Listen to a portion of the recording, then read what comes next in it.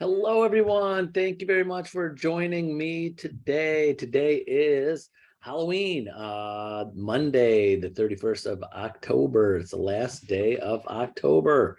So today I wanted to get a jump start on your business plan for November, which is tomorrow already. So some things to think about.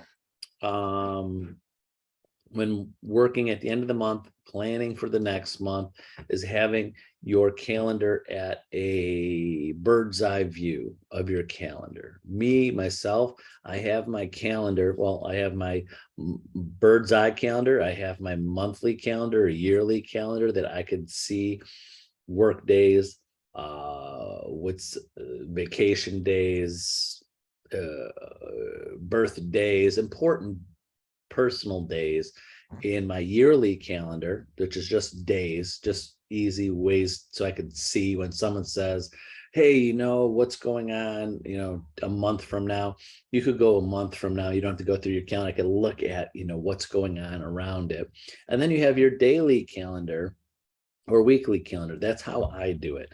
So I could easily get a bird's eye view. So what I suggest for looking at November, you should have a monthly calendar that you could see. Could be in paper, it could be a calendar on the wall, it could be just a spreadsheet on your computer or on your phone, something where you could glance. And one, you want to start planning your days off and vacation days and important personal days. Put your personal days first, and make sure you're checking them. Are those full business personal days, like 100% days you're taking off, or during certain times? So I always put every month.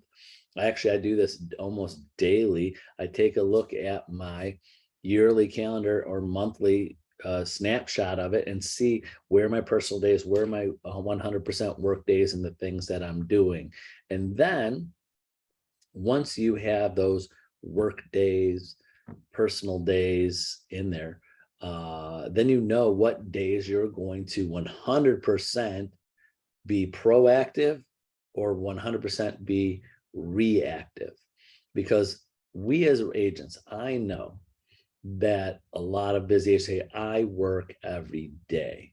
Yes, you're on duty or almost working every day. You're available for phone calls. So those agents out there that are busy, like, I don't do this because I work every day. No, you still have to do this, because when you get busy in real estate, you have one transaction, two transactions, five, whatever's pending. You can always work all day long reacting to things. What days of the month are you going to be proactive? So, and actually do things that you're planning to do, not just handling your current business. What are you going to be? Put the days in the month of when you're going to be proactive. These are the days that I'm going to work all day, or a good majority of the day, being proactive on finding new business and prospecting. Because you could spend every day of a month working on a current transaction, working with your buyers that you have active now, working with your sellers, they have listings now. But what are you doing to be proactive to find new business? And this is where the agents have the ups and downs and the swings, because they don't put prospecting for new business as a very important part of their mini business plan. So when you put those days in your bird's eye view of your monthly calendar, now go into each day and say, what day, how much am I going to do that day? What am I going to be doing? I'm working 2 hours, an hour, 2 hours, 3 hours, 4 hours prospecting. What am I going to be doing, and blocking those times off, so that is 100% doesn't get affected. Again, most agents that are not successful don't put this in there and just wake up every day kind of winging it. You have to plan ahead, and this is the perfect time to plan for this month. So again, bird's eye view, put your personal days. vacation days, the days you're 100% not working. Put down the days that you're going to be reactive, that you're not, that certain days that you're not going to prospect, you're not going to be proactive, you're only handling business that comes in and things that are pending now. And then put in those dates, or those dates you're going to be proactive, and hopefully there's a lot of them. And then go to those days to mark off and block off the hours that you're going to be working, that you're going to put that proactive prospecting in there. And then keep a list.